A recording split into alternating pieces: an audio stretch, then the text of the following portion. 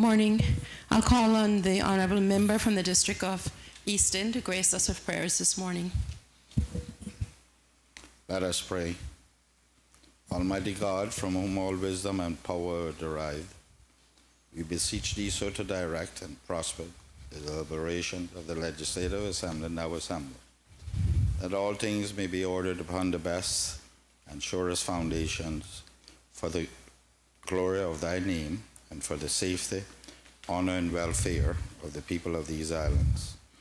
Bless our Sovereign Lady, Queen Elizabeth II, Philip, Duke of Edinburgh, Charles, Prince of Wales, and all the royal family.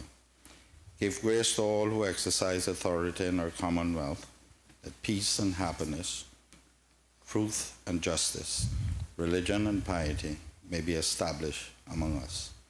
Especially we pray for the Governor of our islands, the Speaker of the Legislative Assembly, official members and ministers of Cabinet, and members of the Legislative Assembly, that we may be enabled faithfully to perform the responsible duties of our high office.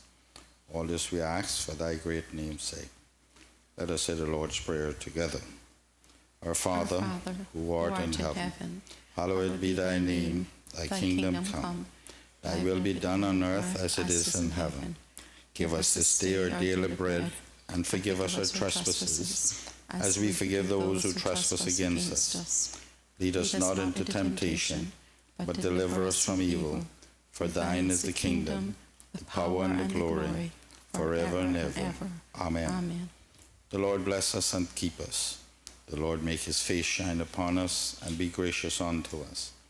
The Lord lift up the light of his countenance upon us and give us peace now and always. Amen. Please be seated.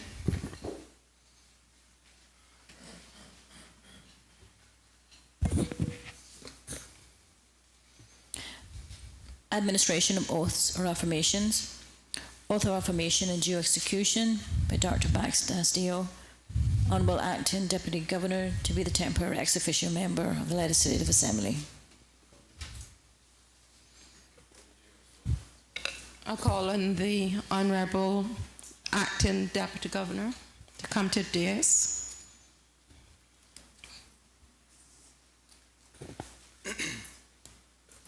I, Dax Krishna Basteo, do solemnly and sincerely affirm and declare that I will be faithful and bear true allegiance to Her Majesty Queen Elizabeth II, her heirs and successors according to law.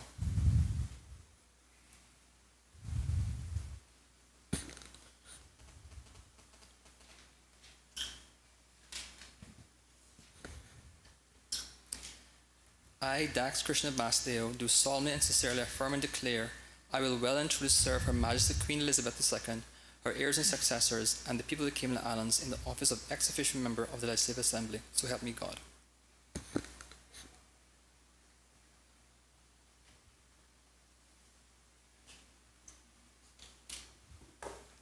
On behalf of this Honourable House, I welcome you, Honourable Acting Deputy Governor, and I would now invite you to take your seat. Please be seated.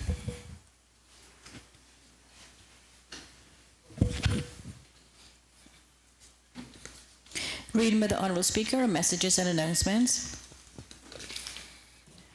I have received apologies for the Honourable Deputy Premier, the Councillor to the Ministry of Home Affairs and Home and Community Affairs who's ill, Mr. Al Saku, and the apologies for the Honourable Leader of the Opposition who is off island for medical reasons.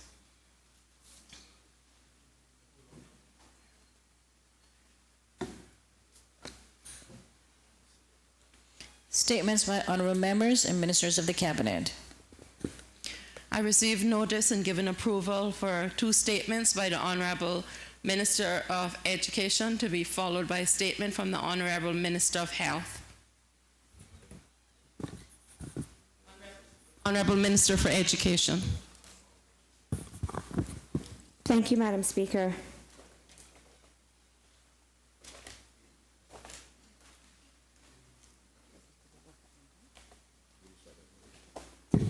Thank you, Madam Speaker.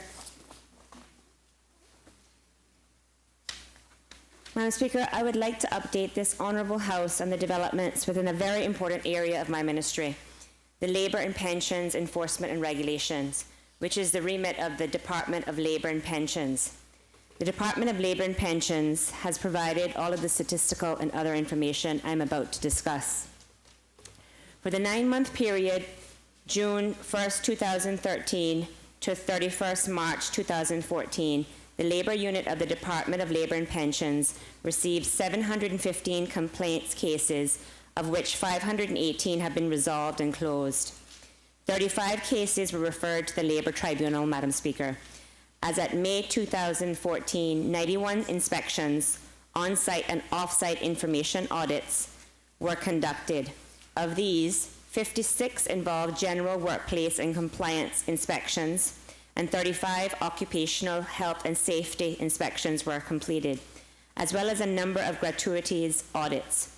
Top findings in the workplace audits were overtime pay was not in compliance with the labour law, there were insufficient employment contracts, there was a lack of awareness of gratuities protocols and distribution regulations, and there were inconsistencies in pension contributions. Top finding in the occupational health and safety inspections included the lack of awareness of the safety requirements of the labour law and the construction safety regulations, as well as a general lack of appreciation for the importance of the personal protective equipment, particularly for the construction industry and related professions. Madam Speaker, in September 2013, a new inspections unit was formed at the Department of Labour and Pensions, and that unit is making positive contributions as it becomes adequately staffed and is more proactive with a robust and detail-oriented approach to inspections in both labour and pension sectors. During the period of July 2013 to April 2014, Madam Speaker, the Pensions Unit, including the National Pensions Office of the Department of Labour and Pensions, received 259 new employee complaints, and a total of 674 cases were resolved, including a significant amount of long overdue backlog cases. From July 2013 to April 2014, a total of 2,670 pension investigation activities were conducted by the National Pensions Office, including the backlog filed case investigations and resolution where possible, or closing somewhere necessary, as well as ongoing and new complaints, the processing and resolution of delinquency and arrears, follow-up investigations and meetings, entering into payment plans, database maintenance, and updating compliance checks and other special projects, Madam Speaker. These investigation activities were directly responsible for approximately 500 new or backlog pensions complaints being resolved during the year. Madam Speaker, 5 cases for prosecution were filed by the Office of the Director of Public Prosecutions on behalf of the Superintendent of Pensions. There are currently 15 ongoing cases in court, Madam Speaker, during the fiscal year. And during the fiscal year, 2 cases were resolved, with approximately 150,000 CI dollars being paid into the pension funds of the employees of those 2 defendant employers. During the year, 83 pension plan delinquency reports have been processed, with several hundred demand letters dispatched to employers who are in arrears of their pension contributions for more than 45 days. The National Pensions Board continues to perform valuable voluntary service, Madam Speaker, and advises the government on important technical matters. During the 2014-15 fiscal year, the government intends to bring forward new pension investment regulations to replace the 1998 regulations, which have not changed since the pension law was first enacted. There will be a period of public consultation, Madam Speaker, which will precede any finalization and presenting of the regulations in the LA for adoption. Madam Speaker, to assist in public awareness, the Department of Labour and Pensions initiated a live radio show styled Workplace Excellence Clinic, which is held once per month on Radio Cayman, and has completed 20 hours of live discussions on labour and pension matters during the 2013-14 financial year. Additionally, 13 courses and public awareness workshops were held during the year, 3 on pensions, held at UCCI, at the DCI Small Business Forum, and at various business entities by pension officers, 3 on the fundamentals of labour law, 2 on employment contracts, and 5 on occupational safety and health. Madam Speaker, the Labour Tribunal Secretariat continues to coordinate the work of the Labour Tribunals and the Labour Appeals Tribunal. With the commitment of new members to the tribunals and the cooperation of complainants and respondents, the Department is seeking to reduce the number of cases going to the tribunals. However, when this is unavoidable, Madam Speaker, the Department works closely with the volunteer members with an aim to provide quality and timely rulings and equitable resolutions to disputes of rights under the labour law. The Department of Labour and Pensions continues to position itself as a critical friend of business while staunchly advocating for the rights of the employee. Madam Speaker, the Department is currently conducting an internal review to better align its capabilities and competencies to focus on achieving the strategic goals of the government in relation to the compliance with the labour law and national pensions law, particularly with a view to fostering a culture of compliance, workplace excellence, and dignity for retired pension contributors. The Department of Labour and Pensions is currently engaged in and will continue ongoing projects in the 2014-15 fiscal year that include an intensification of training and awareness, particularly in the important area of occupational safety and health, especially as the construction sector begins to emerge from the building doldrums. The new inspections unit is embarking on an active schedule of off-site and on-site workplace inspections. A new client pre-screening and resolution system is being rolled out, Madam Speaker, at the Department's reception to help improve efficiency and to better recognize and respond to time-sensitive matters. And a new labour tribunal, the new labour tribunals are endeavouring to meet more often and deliver their decisions on a more timely basis. Madam Speaker, the challenging legacy issues affecting the National Pensions Office are being systematically tackled, with various special projects ongoing simultaneously, along with the daily workload of the department. Key amongst this is the supervision and regulation of pension administrators and trustees, including a new governance compliance review of all pension plans. The National Pensions Office has invested considerable time in the past year to improve the level of communication, protocols, and due diligence with the pension administrators, while at the same time improving the working relationships with the administrators and other stakeholders. Since the passage of the National Pensions legislation in 1998, Madam Speaker, approximately 50,000 employees have been enrolled in pension plans in the islands, and assets under management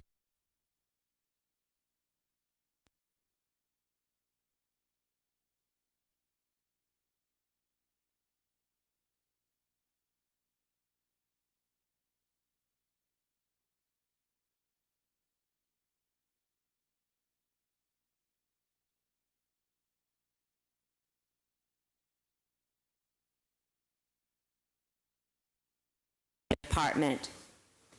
Through improved investigative and complaints resolution techniques, including communication, conciliation, training, and awareness, the Department of Labour and Pensions is seeing an increased rate of resolution of complaints and cases without the need for referral to the labour tribunals.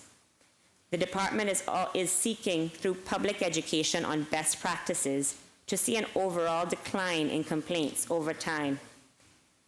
However, Madam Speaker, simultaneously, the Department is establishing systems, protocols, and relationships with the Office of the Director of Public Prosecutions and the Solicitor General's Office in order to exercise the tribunals or prosecution options as and when they become necessary. Thank you, Madam Speaker. I recognize the member from Easton.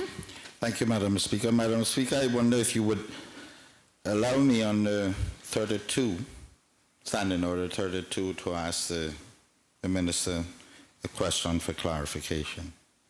You may proceed with your brief questions, member. Thank you, Madam Speaker. Madam Speaker, what I would like the Minister to tell us is of the 91 on-site and off-site inspection audits, information audits that were conducted, 56 involved general workplace compliance inspection, and then the 35 occupational health and safety. There are a number of things that were found that these 91 inspections reveal that were not in compliance.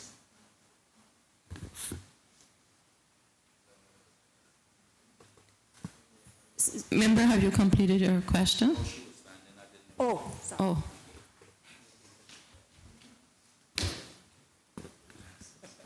I'm sorry, I didn't know she was going to try to respond. In the 91 inspections, there were a number of areas that were found to be not in compliance with the labor law. I wonder if the Minister can tell us what has been done, what will the Labor Department do, to the Labor Unit do to, or what did they do to rectify those non-compliance areas? Recognize the Honourable Minister for Education. Thank you, Madam Speaker.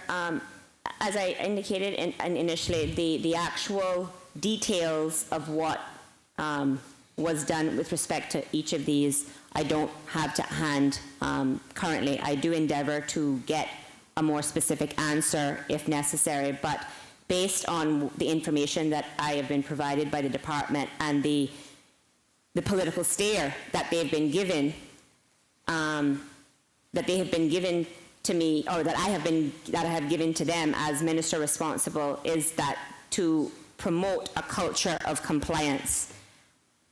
And I will endeavor to get a response to them, to your questions, in writing.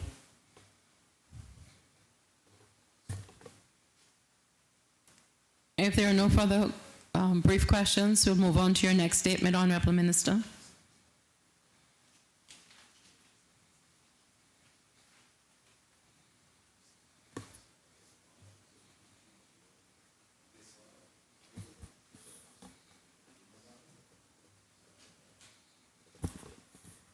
Thank you, Madam Speaker. Madam Speaker, I am happy to report to this Honourable House that during the 2013 calendar year, the use of the Public Library Service, as reported to me from the Director of Public Libraries, has increased as compared to the previous year. During the calendar year from 1st of January 2013 through December 2013, the total circulation of all library branches was reported to be 91,034. The average weekly circulation of 1,821, based on 50 operational weeks per year, represents an increase of 750 that was reported for the period of January 1st, 2012 to December 31st, 2012. Again, Madam Speaker, these statistics have been provided to me by the Public Library Service, and I am happy to report them to this Honourable House for its notification.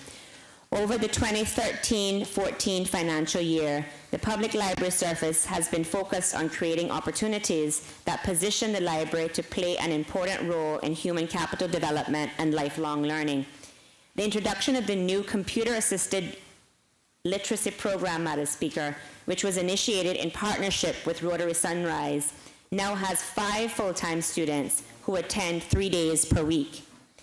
To support the retooling and upskilling of persons who want to partake in the 21st century labor market, Tech Bite computer courses was launched in 2013, delivered by the Library Services, and are designed to help adult learners feel more comfortable and confident with computer technology and covers the essential functions that are most commonly used. The course topics include hardware identification, mouse and keyboard familiarization, along with intro to Windows, internet usage, Microsoft Office software.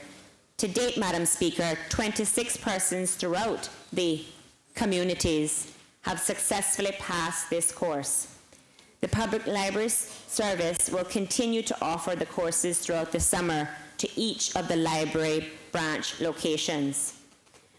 Over the 2014-15 financial year, Madam Speaker, the Public Library Service is committed to continuing to promote local authors and their published works by acquiring all full collections of all local titles and making them available at each of our branches.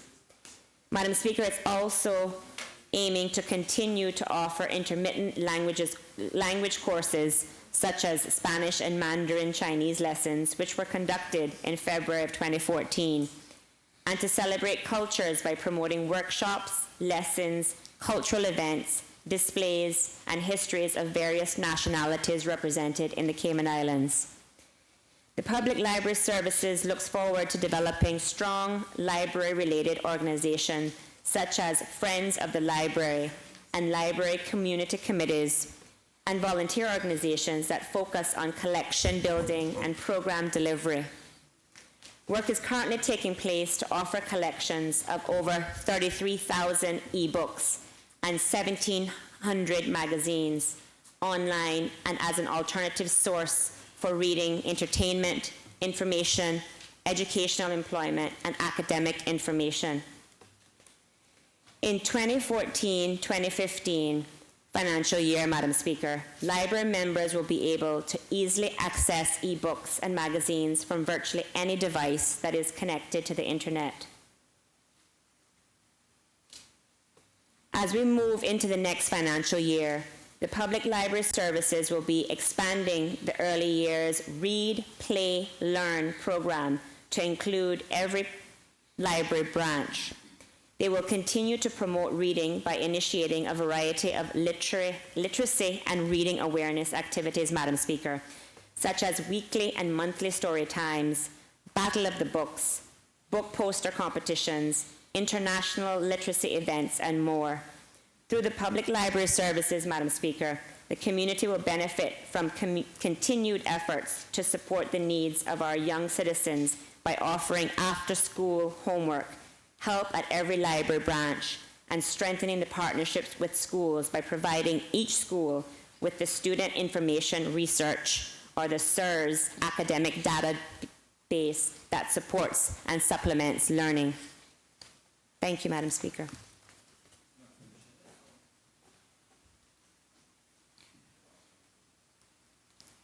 I'll recognize the honourable member from the District of East End. I was just waiting. It appears like there's another little piece on ours, another paragraph anyway. But, Madam Speaker, and if the lady minister prefers to answer this question, Member from East End, perhaps the honourable minister would indicate whether she wishes to complete the statement or. Yes, thank you, Madam Speaker. This was, and thank you, member, for indicating. Madam Speaker, in 2014-2015 financial year, the Ministry of Employment, Education and Gender Affairs will continue to support the further development of the Public Library Service as a critical community resource for personal enrichment, enjoyment, and educational needs, and as an important component in the National Workforce Development and Training Agenda. Thank you. I recognize the member from East End. Thank you, Madam Speaker. Madam Speaker, I was just wondering if the minister prefers to deal with this at Finance Committee, I will satisfy with that. But I can't speak for the other libraries, but the one in East End, its design is not practical. And I met with her, what do you call, assistant chief officers, deputy assistant chief officer recently, and we were talking about the layout of it to make it more practical. I don't know if the minister is aware of it, but if she wants to,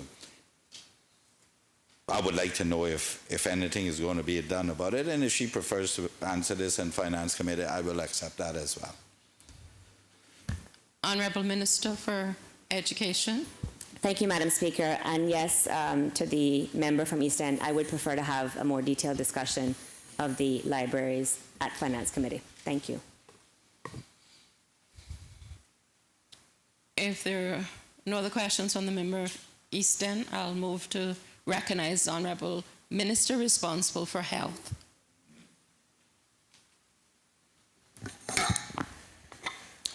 Thank you, Madam Speaker.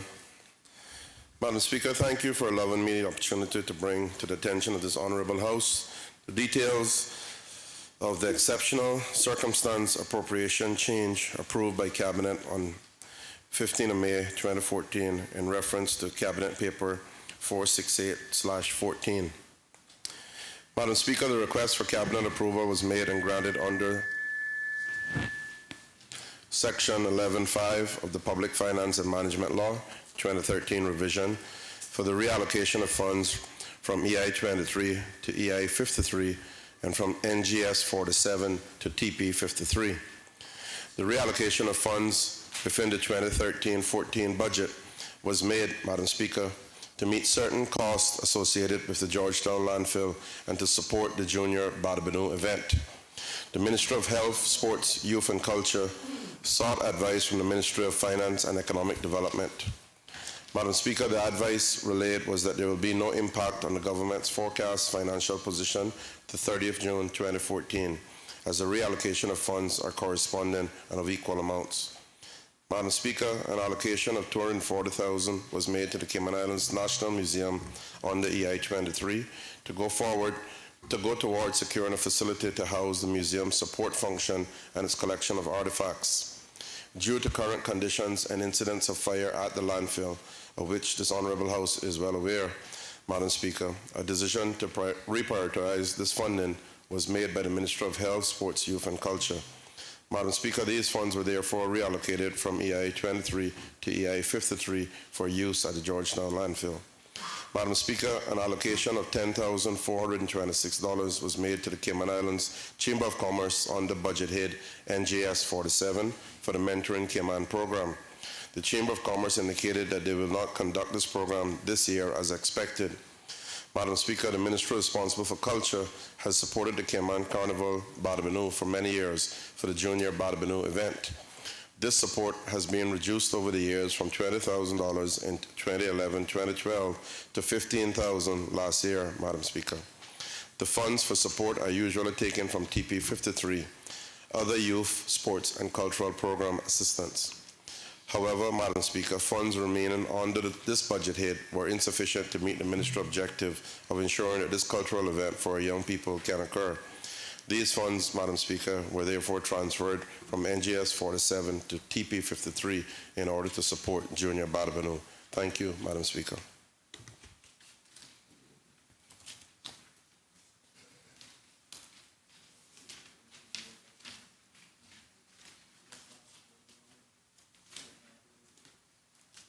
Madam Clerk.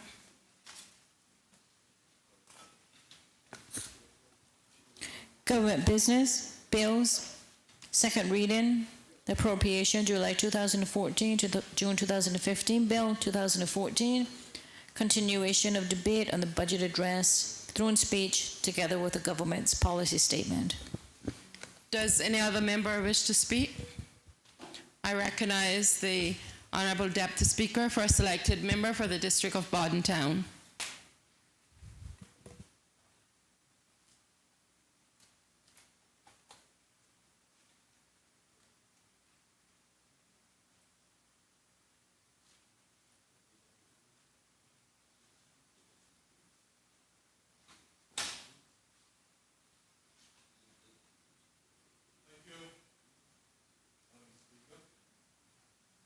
Thank you, Madam Speaker. I I must say it's good to have you back in the chair, and I'm pleased to report that my colleagues were at their best behavior in your absence, and the respect that they showed the chair with me as a freshman in there, I was very appreciative to them for. You did pretty good. Madam Speaker, as you probably aware, this is myself and the Honorable Minister for Agriculture. This is our 22nd budget. And I must say that as I come into this Parliament, the quality and the caliber of representatives we now have here is quite outstanding. As I work along with them, as I see their abilities, their thought process in putting forward ideas, it has been so very helpful to us older veterans to bring a younger and a better perspective that business is not as usual. There are changes that can be made. I acknowledge Her Excellency in the presentation of the throne speech, also the outstanding job done by the Minister of Finance, who has brought a breath of fresh air to that part of government, and the uplifting policy statement delivered by our Honorable Premier. There are some good things in there, Madam Speaker, not the least of which at this time is the 2.5% increase to our committed and dedicated civil servants who have worked so hard to deal with the different aspects within government and has been neglected for some time. This, Madam Speaker, I feel is a first step forward, and as we continue to build up our reserves, we can once again restore the 3.2%. And I would like to, at this time, Madam Speaker, mention specifically our healthcare workers, although that they fall under an authority, and our teachers. Madam Speaker, when we see what they have to do in both departments, health and education, we entrust our children to these teachers for the major part of the day. And some of them, Madam Speaker, the commitment that they do, and I guess I should declare personal interest as my daughter-in-law is one of the teachers at one of the primary schools. But this is not on her behalf. I'm speaking for all the teachers and the medical care providers in the Cayman Islands. They are in a position, Madam Speaker, to bring our children up into an area that is of great importance for the future of these islands. And without their guidance and leading, we are in big trouble. Madam Speaker, as I am on the area of education, I just want to speak briefly to, once again, the new approach and the frankness and the commitment of our new education minister. The ridiculous criticism that she's been taking from the press, it's unfortunate. She is a young Caymanian, well-trained, and from time I knew her, she had the concern of her children, not to mention other areas of responsibility in her ministry, labor, pension, women affairs, and stuff. And she is eminently qualified. Please give her a chance. as we saw yesterday, when she shared with us the progress report, there are outlines. She has made the commitment, Madam Speaker, to share not only with us here in the Legislative Assembly, but also for the public to know what's going on, which has not happened often in the past. And I was pleased to hear her indicate that she is following on what happened in the past with the past Education Minister and our present Premier. I want to give credit to her, Madam Speaker, and say to her, don't make them turn you down. Don't make them turn you off. You keep faithful. Good things come to those who wait. Sometimes you got to wait a little while, Madam Speaker, as we all know in here. Other area I want to touch on in that, and it's so convenient, Madam Speaker, to have the Counselor for Education sitting next to me and the Minister of Education in front of me. A number of people has brought up to me the situation of the bus wardens, and just to share with the public as they've shared with me. First of all, I'll just read a letter in the paper the other day, with your permission, just a short letter. It says, Please proceed. Thank you, Madam Speaker. I think that as a society, we have taken the parents' role out of the classroom and turned it into the teacher's responsibility to educate and raise their children. More than once, after being reprimanded at school, I got a pretty good reminder as to why I was going to school via an expletive whipping. There's no structure in the homes anymore. That's a broad statement, Madam Speaker. There are many, many parents who have that structure. But they go on to say, as parents are told that should they spank or reprimand their child, they themselves could be charged for some crime. Mm-hmm. That I have a major problem with, Madam Speaker, in the name of human rights. And I tell you, Madam Speaker, that when I was raising my children, it's a good thing it wasn't in this day and age, because I would have done what I had to do.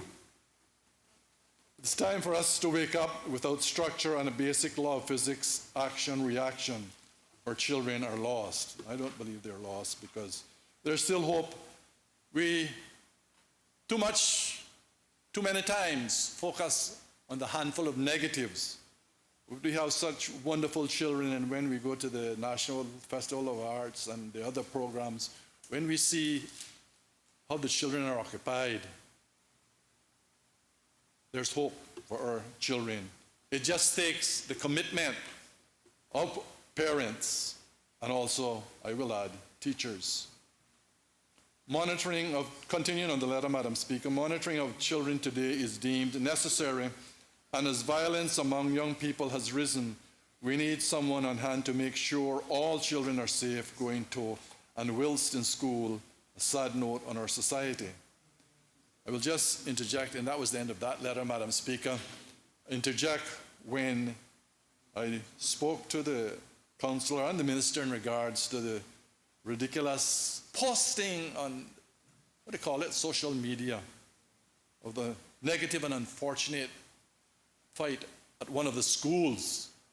Some of the people just seem to enjoy that kind of thing, but our Human Health Education Minister and her department has committed to deal with these things, but they cannot do it by themselves. We parents must get involved.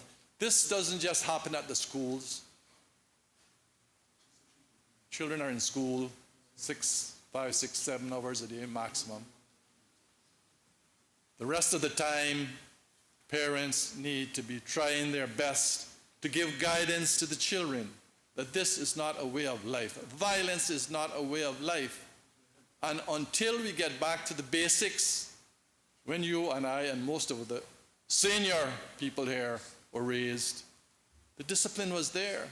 The tamarind switch was there, Madam Speaker. The strap and the belt from the teacher was there, and respect was given. We must somehow or the other, for whatever it costs under the human rights situation, deal with these children, or we will lose a number of them through lack of proper discipline. Thank you. As I am reminded, not only the senior ones. This was another letter in that same paper, Madam Speaker.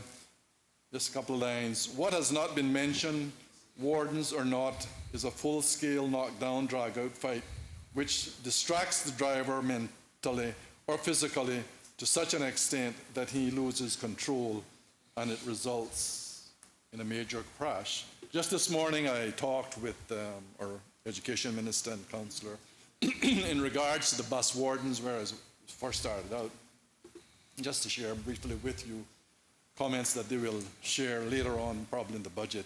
The department, and this is regards to the bus wardens, Madam Speaker, the Department of Education Services is making no move to phase out bus wardens on our buses. We are, however, moving to transition the provision of bus wardens into the private sector as part of our response to public sector initiatives focused on improving efficiencies. As bus wardens currently working with the civil service, reached retirement, these posts are being transitioned to the private sector. This transition program started in last year, 2013, and bus wardens reaching retirement, the opportunity to move into a job with a bus contractor, thus building in the possibility of continued employment after retirement. There has been some discussion, and I'm pleased to understand and learn of this, about installing cameras on buses. But the decision has been taken that even if we move ahead with this, we will continue to utilize the service of bus wardens. I shared with them, and both of them remembered, and I know my colleague, the member from East End, will remember an unfortunate accident several years ago when a young child came off the bus, probably a bit sleepy or was dozing, leaned up on one of the tires, and a tragic accident occurred where the child lost his life. This is one of the areas that I'm most concerned about with these young children, and the wardens, as I see them ably, where they stop, Madam Speaker, by the schools or dropping children off, they will stop the traffic and allow the children to cross, keeping the traffic from going through. But as I reflect, Madam Speaker, as I now remember, there's still violation of vehicular traffic across these schools, specifically one area, and probably the closest one to the main road in Cayman, Grand Cayman, is the one in Savannah. There are times in September when the school first starts that there are police, and they do an able job in trying to control them. But it amazes me, Madam Speaker, the signs are there, the blinking lights are there for the period when they must go slow, 15 miles an hour. So I'm going through there. Some of them pass me like I'm standing still. This Savannah. Yeah, it is amazing. And I call, Madam Speaker, on the traffic department, which leads me in to my next topic I wanted to talk about, Madam Speaker. The traffic department. I understand, Madam Speaker, that this commissioner does not necessarily share my views and many of my colleagues' views up in here about the traffic department. But we need, Madam Speaker, to do something about that. Because, Madam Speaker, as I come down many mornings, many evenings on that straight road, some of these vehicles pass me as I'm standing still. Another area of grave concern, Madam Speaker, specifically in my district, is coming out of Newlands by the stop sign there, by right across from Tall Tree. Very, very few people observe that, Madam Speaker. They seem to think that coming out of Newlands, they have the right of way. I do remember several years ago, someone did the same thing My wife was coming from town, ran right over the car. She was blessed that no serious injury except some whiplash. Madam Speaker, we need to see more of these police cars on the road. When I see the amount of vehicles, expired coupons, the tint on some of the cars, Madam Speaker, I don't quite understand how they're able to pass inspection. They say that these police can be better deployed in solving other crimes. Well, that's an answer that we have to look at our own selves and see the percentage of success that draws. There are so many mysteries out there, murders, people disappearing. This goes back to way back when, Madam Speaker, not of recent times. But in this day and age, it would be nice if we get some of these crimes solved.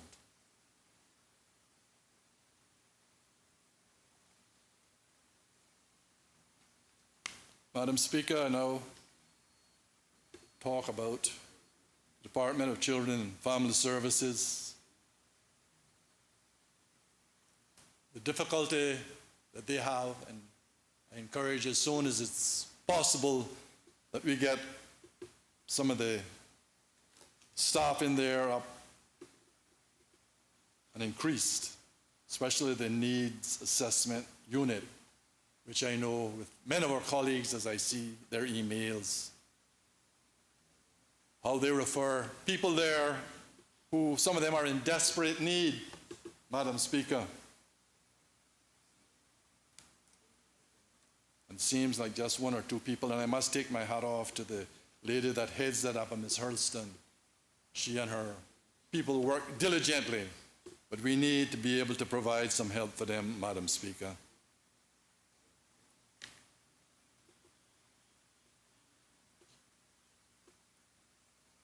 I remember a few weeks ago, a young child who needed to be referred overseas. Eventually, the referral got sorted out, but it took a couple of weeks, almost. And this is the area, Madam Speaker, where I think we need to be able to expedite for whatever reason. And God forbid, at some time or the other, all of us get in financial difficulties. But when it comes to young children, we need to be able to expedite these things and get them the help that they need.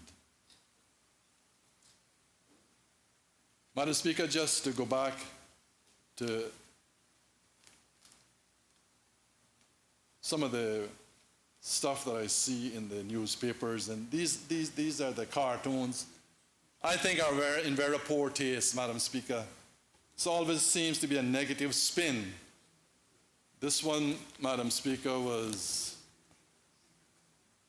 on Friday a week ago. Safer Schools by Cayman Man.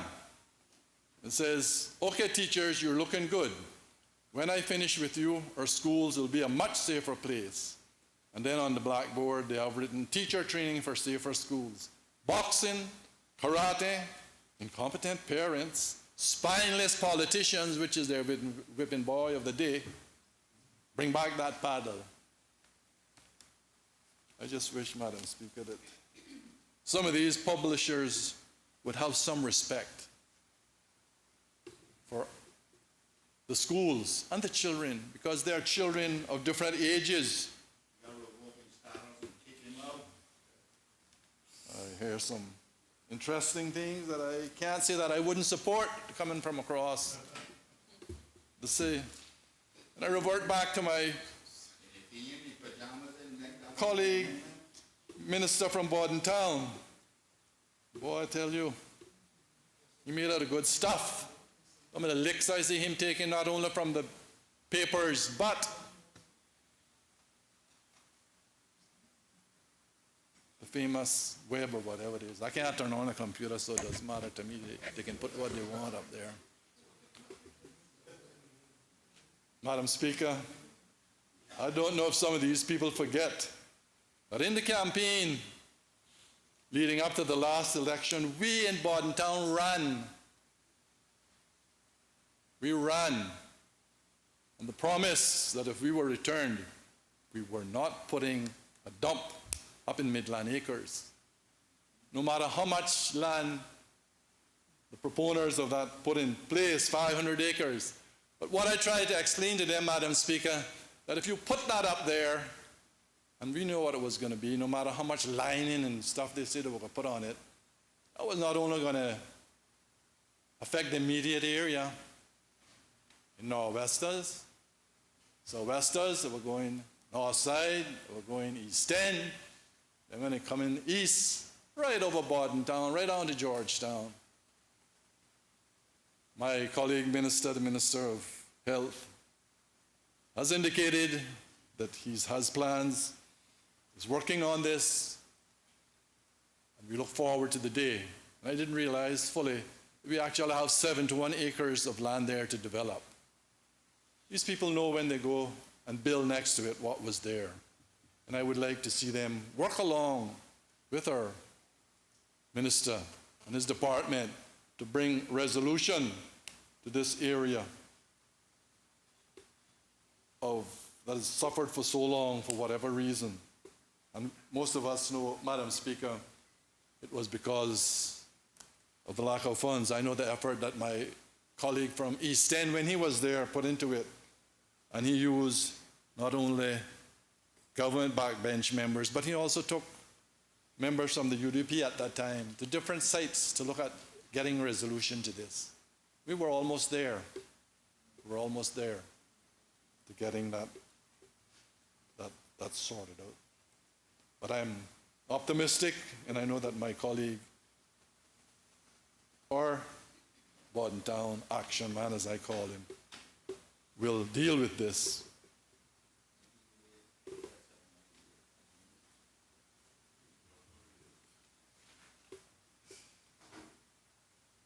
Madam Speaker, the other abuse that I see, especially going to different office buildings, supermarkets, is the violation of handicap parking. Most unfortunate. See young people pull in there, radios blasting, doors open. I'm not sure what is holding up, if the legislation is now ready, or what we're doing with that. That we try to get this sorted out once and for all. I've heard so many things, reasons why, but it must somehow enforce.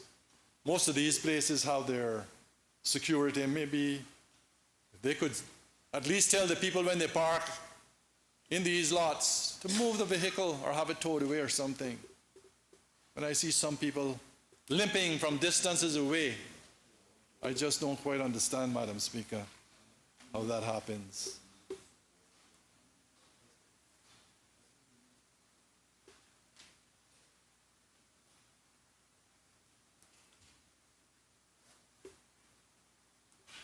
Madam Speaker,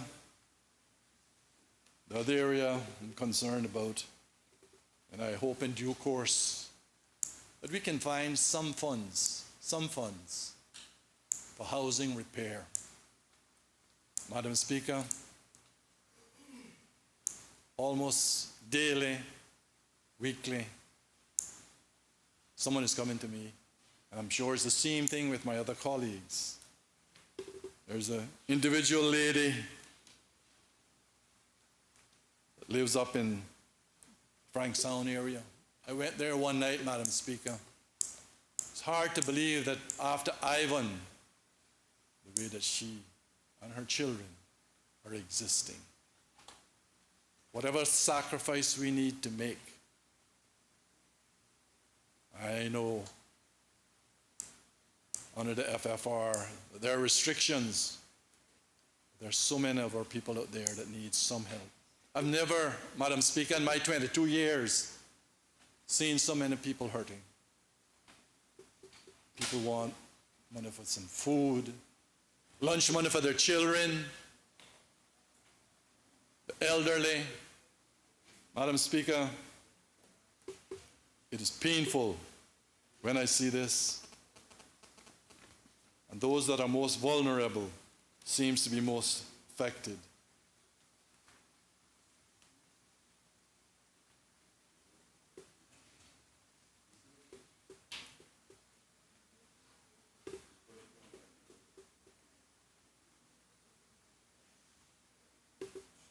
Madam Speaker, I spoke to my colleague, the Minister of Works, yesterday.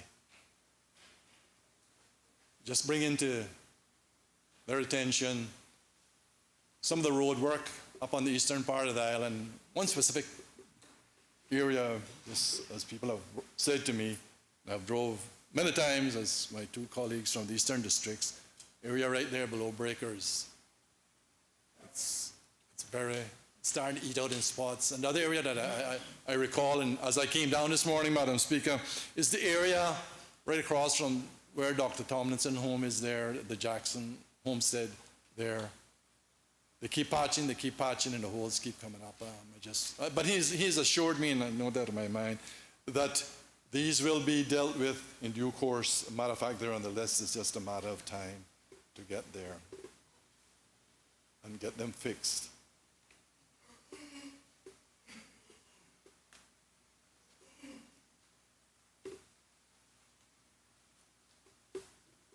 Madam Speaker, I want to take my hat off to the Chief Officer and the Premier's Minister, Mr. Eric Bush, as he continues to advocate and plan to bring further improvement to the immigration process and the work permits to expedite so that we don't have that long haul.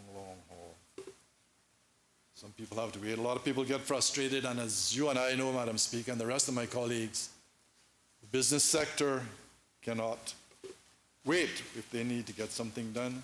And if everything is up and right in the right order, there's no reason why these things can't be dealt with.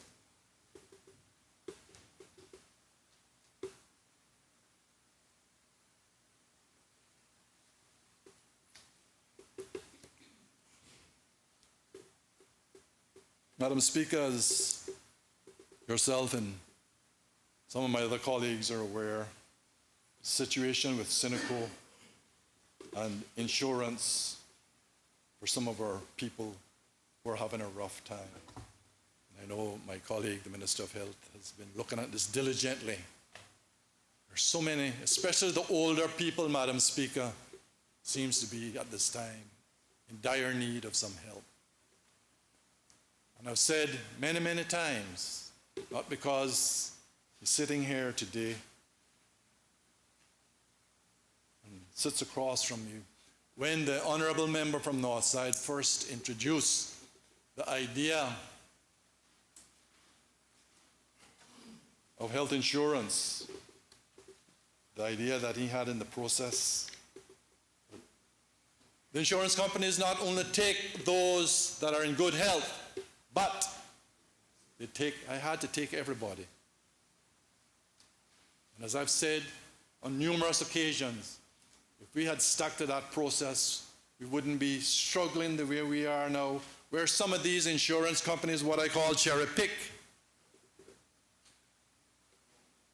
If you're not feeling good, you get two doctors, and then poor old Cineco is laden with that. And I'm sure that the Minister of Finance, who now is responsible for Cineco, is looking at avenues to try to improve this. Their help to the seamen and veteran, Madam Speaker, has been outstanding. And I remember when the last government, 2005 and 2009, my colleagues, Minister for Works and the Premier, how we assisted those groups. We took out a special policy for them. And matter of fact, at that time, I think the premium was around $3 million, and rarely they ever went over it.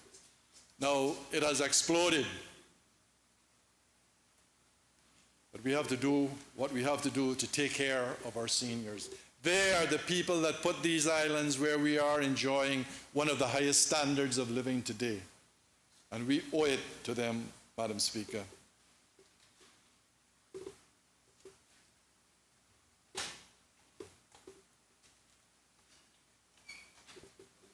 Cayman, Madam Speaker, your beloved island. As we spent a number of days up there, we see earlier this year the struggles they're going through. We need to do what we can to help them. There are certain proposals, and I'm pleased to know that finally they're getting a committee together that may action what needs to be done one way or the other.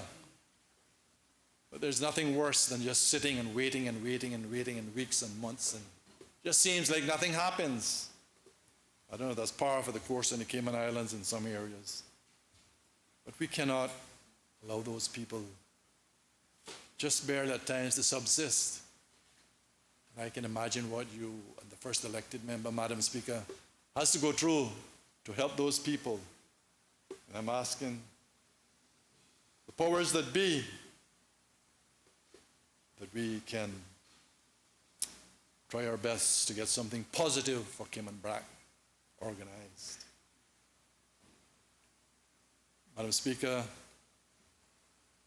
just want to mention, and I see that my colleague, once again, this is the Minister of Health and Environment and stuff, cleaning up around the roadsides. I know the machinery was down for a while, but it's good to see that that is getting going. And I know that one of my former colleagues here, and Ms. Heather Borden, is keen to help and assist where we can. She always talks about the beautification, not only in our Borden Town District, Madam Speaker, but throughout the Cayman Islands. It amazes me how people just driving along, just throw their stuff out. Maybe we need to put some more teeth instead of, what, $500, put it up to $1,000 for littering. It's amazing, just seem like some people just throw their bags of garbage from home out on the side of the road. How unfortunate.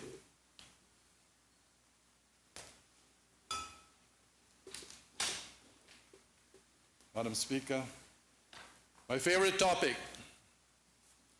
public management and finance law. It was 2009 was the last time when the honorable member from Northside and I brought a motion for the revision of this.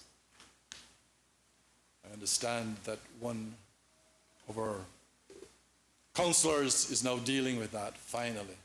I beg and plead, Madam Speaker, that we expedite this, because it is no nuclear secret that what is causing some of the major problems of government right now is the staff that we have had to add on to satisfy the requirements. And I'm referring to the extra HR and finance and treasury. Whatever we need to do, Madam Speaker, to make these amendments, let us expedite and get them down to the Legislative Assembly, because we will continue to struggle and struggle, and I'm not saying, Madam Speaker, to lay off any Caymanians. It must be a way that we can deal with this, set them up that have to move on, especially those that are not Caymanians, replace them with Caymanians, and start to phase out this incredible weight that is on the burden of the treasury of these islands. I saw it, Madam Speaker, 15, 16 years ago when it was first introduced. And I told, at that time, I think it was the Honorable Tom Jefferson, beware. Told Honorable George McCarthy, watch out. One of these days we'll curse the hour and damn the day that we started to put some of this into force. As I look, Madam Speaker, at this pile of budget documents last year, I forget how many, multiple thousands and thousands of pages, time minimum of 30, and especially for people like me, and I guess I'll take some blame that not computer, because I couldn't live as long to read everything that I see into them. on a computer that my wife would help me with. It has to be a simpler way to provide a financial document.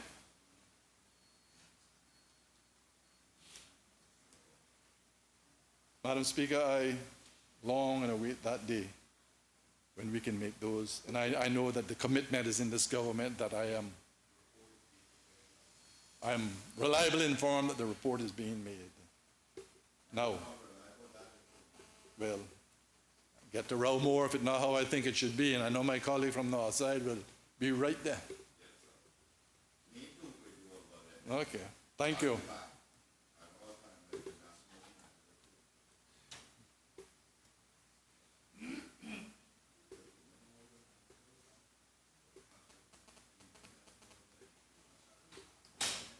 Madam Speaker,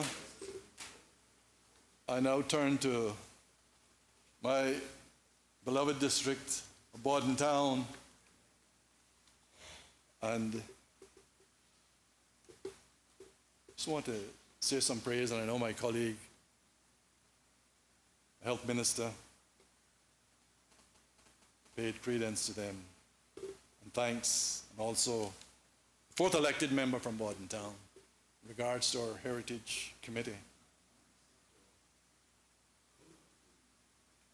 Madam Speaker, what we witnessed there on that holiday in May was just absolutely fantastic.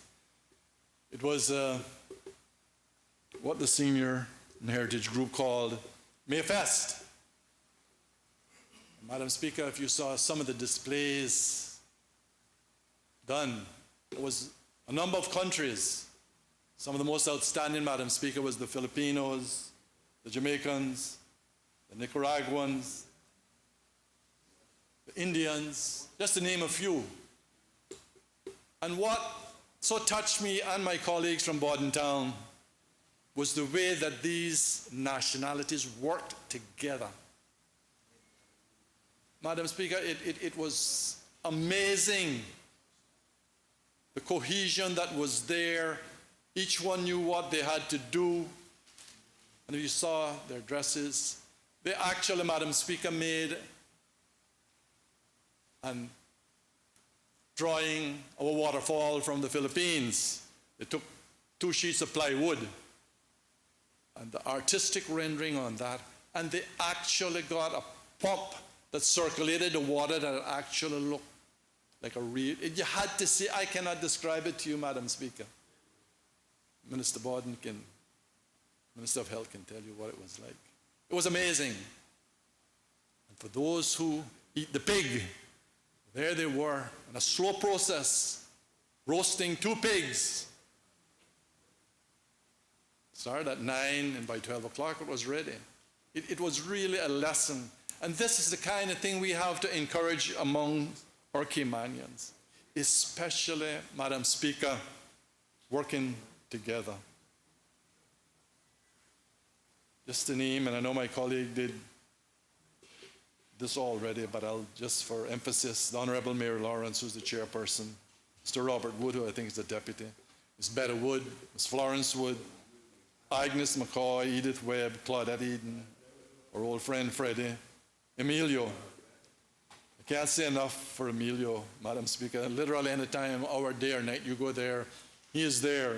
And I look forward to the day when he can be compensated for the effort. If you see the natural talent that this young man has, Madam Speaker, just drive right down on the road, go into the mission house. You will see the talent that this young man has. The other person who the center is really named after, Nurse Joseph Solomon. When you go into those homes there, I'm certain that there's no other place in the Cayman Islands that has the display of culture and heritage. And I will always thank Minister Chucky when he bought the other house to complete that. But what we're working now, Madam Speaker, and I know that my colleague, the Minister of Works, is exploring what we can do, is to get an access from on Anton Borden Drive through the back there. I noticed the other day, I went up there that behind the old mission house, they had ripped up all of that sawgrass or whatever there, with the birds flying all over the place in nesting season. I was almost devastated. The National Trust. I've shared with my other colleague, the Minister for Environment. Poor little birds are flying about there.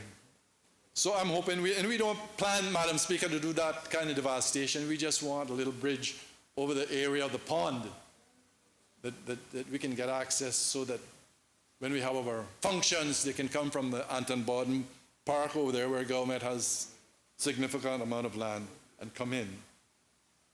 And there's no doubt in my mind that this can be easily done. And I've seen a sketch done by some of the Filipino people that work here. And I'm sure if we can do whatever we have to do to get that done, it would be wonderful.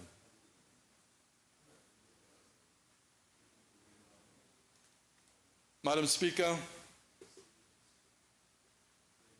what I want to speak on now was quite disturbing to me when it came out on Tuesday, May the 20th, in the Cayman Compass, they call it now.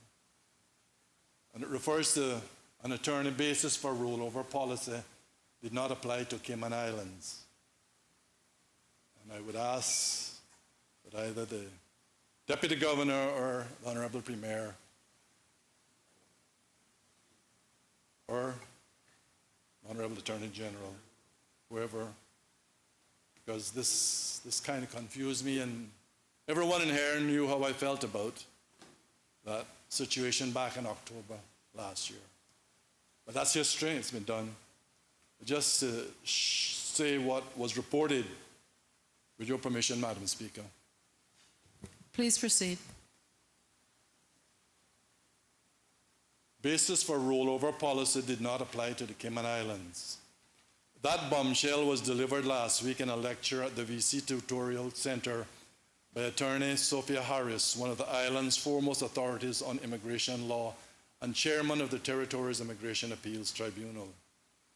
In open and public statements, the public was advised that under the European Convention on Nationality, which we were told was applicable to the Cayman Islands, third-party residents in the country for 10 years or more were entitled to citizenship. I never did believe that. Ms. Harris told about 25 people attending the speech at the Pasadora Place business on May 13th. It appears that this was, in fact, never the case, and the convention did not apply to Cayman, said Ms. Harris, who is also the managing partner of the Solomon Harris Law Firm. All I would like to say, Madam Speaker, to us as legislators, everyone knows about human rights. Let's not jump the gun till we have to deal with some of these things. Because what transpired way back when, Madam Speaker, when over 3,000 Cayman status was given out, will have a long ramification on these islands. I will leave it there. It's been done, but I would like to hear some explanation of it.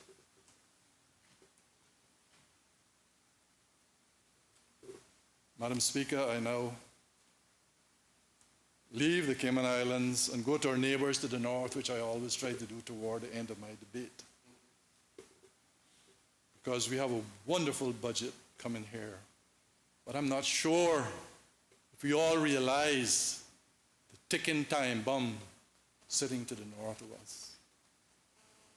Are we aware that China and Russia just signed a $400 billion gas and energy agreement, and to settle their transaction in their own currencies? This is being done through the Russian energy company Gazprom.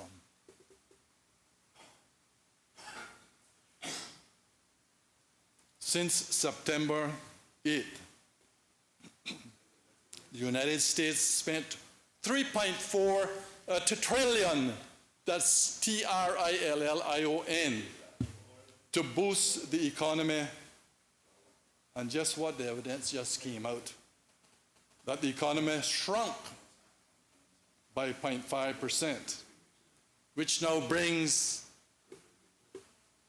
the federal debt to approximately $17.5 trillion.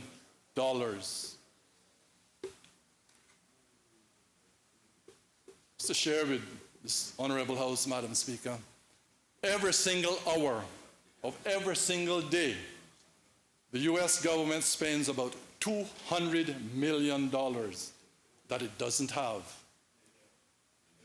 To compare, the government borrows more money than the combined annual profits of the 100 biggest publicly traded companies in the US. Today, Madam Speaker, the US government has more debt than any country in the history of the world.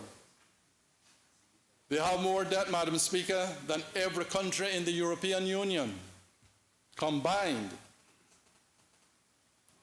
Various other government agencies and private companies taken over by the government also have obligations, Madam Speaker, of another $5 trillion, booking already completed losses on $140 billion worth of obligations that is not even on the federal balance sheet. When you add genuine federal obligations that now exist, it comes up with a total debt, Madam Speaker, of more than $20 trillion more than half of these debts were assumed under the current president, President Obama. Madam Speaker, all of this debt will not be free. It will carry a large burden.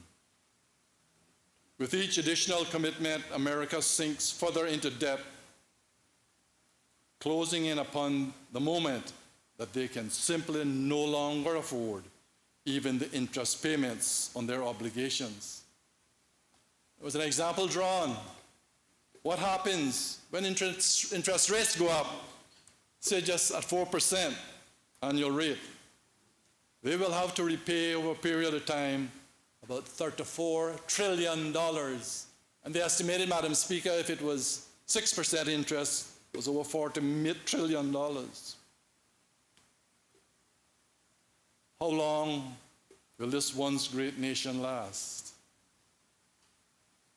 US dollar is what is known, Madam Speaker, as we all know in here, the world reserve currency. What happens when the world's largest trading countries no longer accepts the US dollar, as China is now considering?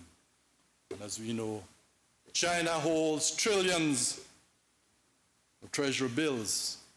The day that they decide to call them in, Madam Speaker. Madam Speaker, recently an article in the New York Post reported the US dollar is getting perilously close to losing its status of the world's reserve currency. And for the public listening, that is the money that's used to buy oil and different things from all the different countries. That is what is traded. Should it cross the line, this report says the 2008 financial crisis could look like a summer storm.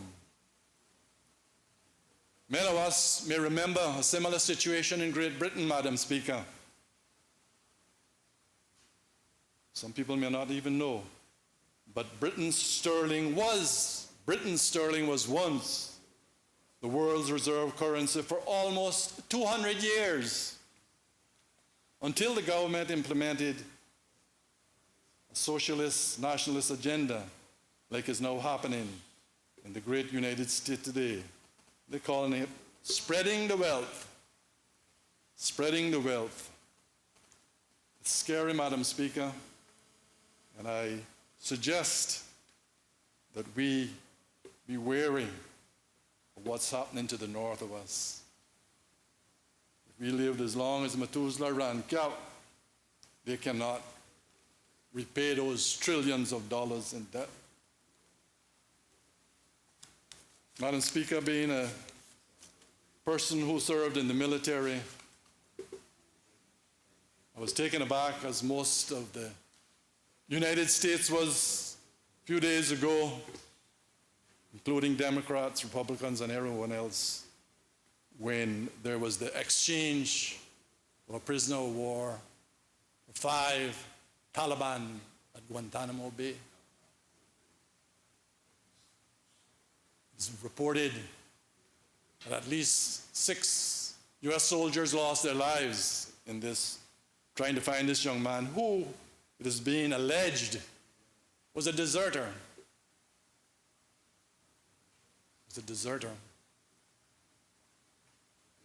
President Obama himself said that some of these terrorists could possibly,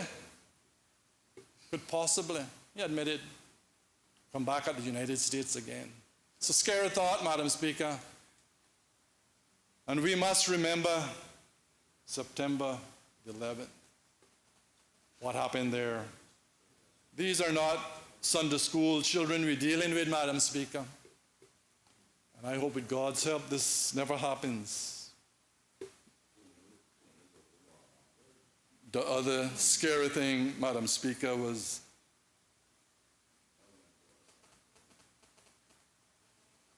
Mr. Secretary of State, Mr. Kerry, said he's considering and recognizing the Hamas-led Palestinian group.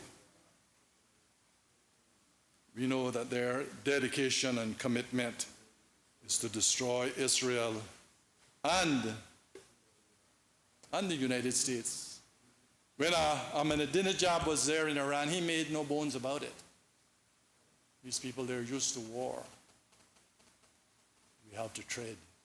Because you see what a lot of people don't realize, and Madam Speaker, you will, when you read about Israel in the Bible, Israel was chosen as God's people. And he himself said,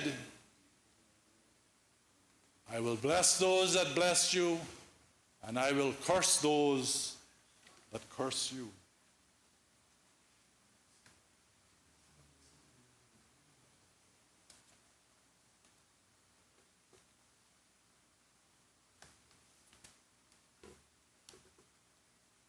In winding down, Madam Speaker, in this same vein, as you know, there are dozens of Bible prophecies reveal the serious consequences will come, especially on Israelite nations that God has blessed so abundantly.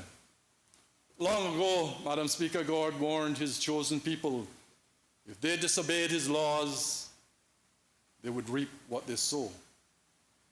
Moses warned the ancient Israelites, if you do not obey me, and if you despise my statutes, I will even appoint terror over you.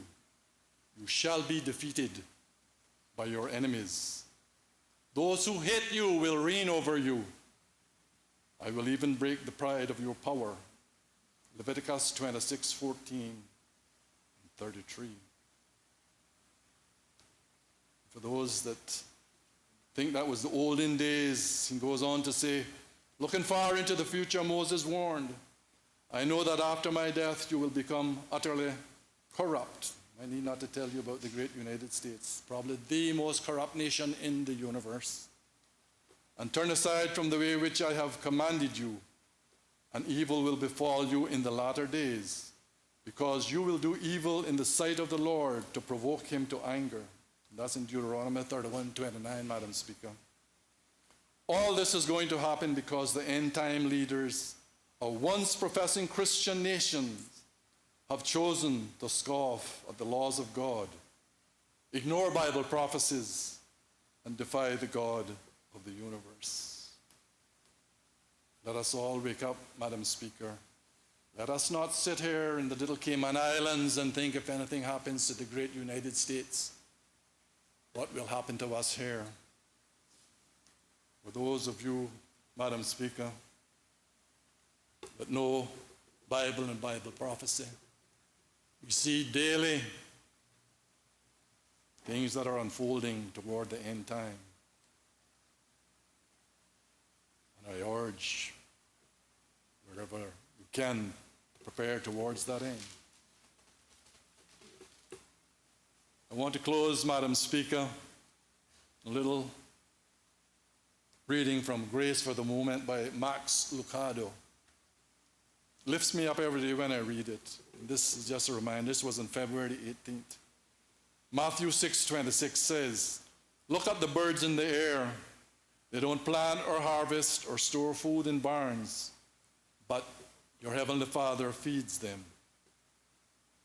This is for those that don't believe in a supreme being. Consider the earth.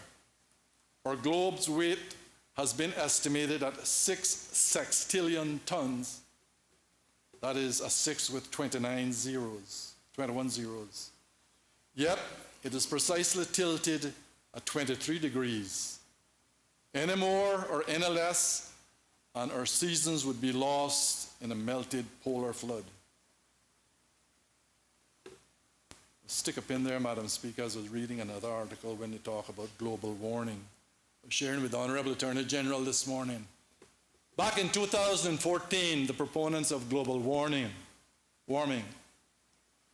said that in due course, all of these little islands down there were going to be flooded. 100 years later, Madam Speaker. Sorry. Thank you. Thanks for the correction. 1914. So, when you see people like Mr. Al Gore and all those big guys out there, when it was found out, they just shut down all of a sudden. A lot of stuff that they were putting out was incorrect. So just take warning, Madam Speaker, when they talk about these things, as they alluded to, that we will be lost in a melted polar flood. Though our globe revolves at the rate of 1,000 miles per hour, or 25,000 miles per day, or 9 million miles per year, none of us tumble into orbit. As you stand observing God's workshop, let me pose a few questions. If He is able to place the stars in their sockets and suspend the sky like a curtain, do you think it is remotely possible that God is able to guide your life? If your God is mighty enough to ignite the sun, could it be that He is mighty enough to light your path? Madam Speaker, if He cares enough about the planet Saturn to give it rings, or Venus to make it sparkle, is there an outside chance that He cares enough about you to meet our needs? Madam Speaker, I pray for peace and guidance for these islands and our people, and I encourage us as parents, those that are listening, above all at this time, in these difficult times, take care of those young children. What should they keep in company with? Spend time with them, and I can tell you, Madam Speaker, I know what it means. The greatest investment that a parent can make is that time with those young children at that formative stage. We cannot wait, Madam Speaker, till they get into middle school and high school. We have to guide them and lead them and spend that time, and I know all of my colleagues in here has done that. I know from experience. I've been blessed in so many ways. Madam Speaker, I thank you, and I wish the best on all of us as legislators to do that which is right, and above all, that which is right in God's name. Thank you. Thank you. Today is also the birthday of the Deputy Speaker, and though we have good orators in the House, I believe I'm safe to say without fear of contradiction that perhaps one of our most notable speakers is a fellow BRCA, and I'll call upon the Minister responsible for planning if he would give him a happy birthday rendition. I could have asked, he did it his way, but I thought that was a bit too much of a surprise.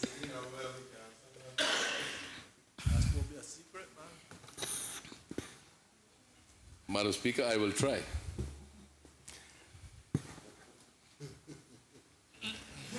Happy birthday to you. Happy birthday to you. Happy birthday, dear Tony. Happy birthday to you. Thank you, colleagues. Thank you very much. And for those of you who still can figure out in your heads, I'm told that he is 100 minus 32 today. Does any other member wish to speak? Does any other member wish to speak? Final call. Does any other member wish to speak? I recognize the Honourable Minister responsible for Agriculture.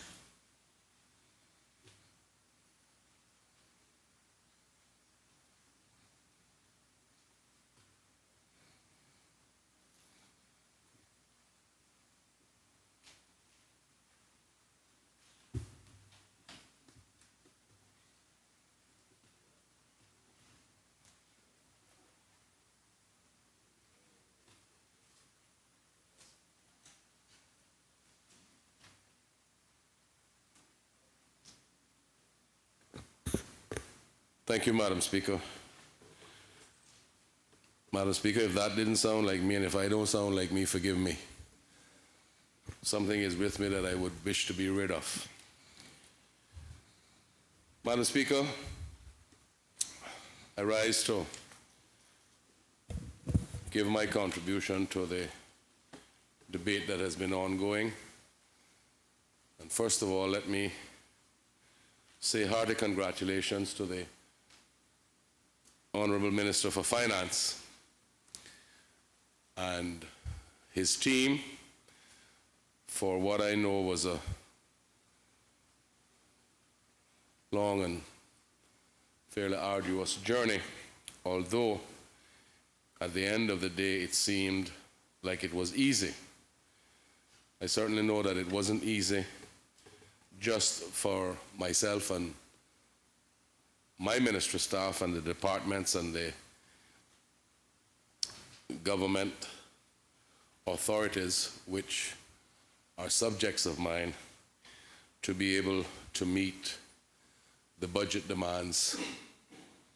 That is to decrease operational expenditure from last year's budget, just as last year's budget operationally had to be decreased from the year before. So it is a bit difficult, Madam Speaker, but hence my congratulatory remarks to the Minister and his team, and I also wish to pay homage to my staff in the ministry and the departments, because to be truthful, Madam Speaker, they were warned in advance and they rose to the challenge and they delivered. So here we are, and perhaps in Finance Committee, hopefully, won't be too difficult to move through that. Madam Speaker, I just want to make a quick mention, because I think in his wrap-up, the Honourable Premier will speak to this. Everyone knows that the government has been in several meetings with the DART group regarding the NRA agreement and certain aspects of it which we consider to be unsatisfactory.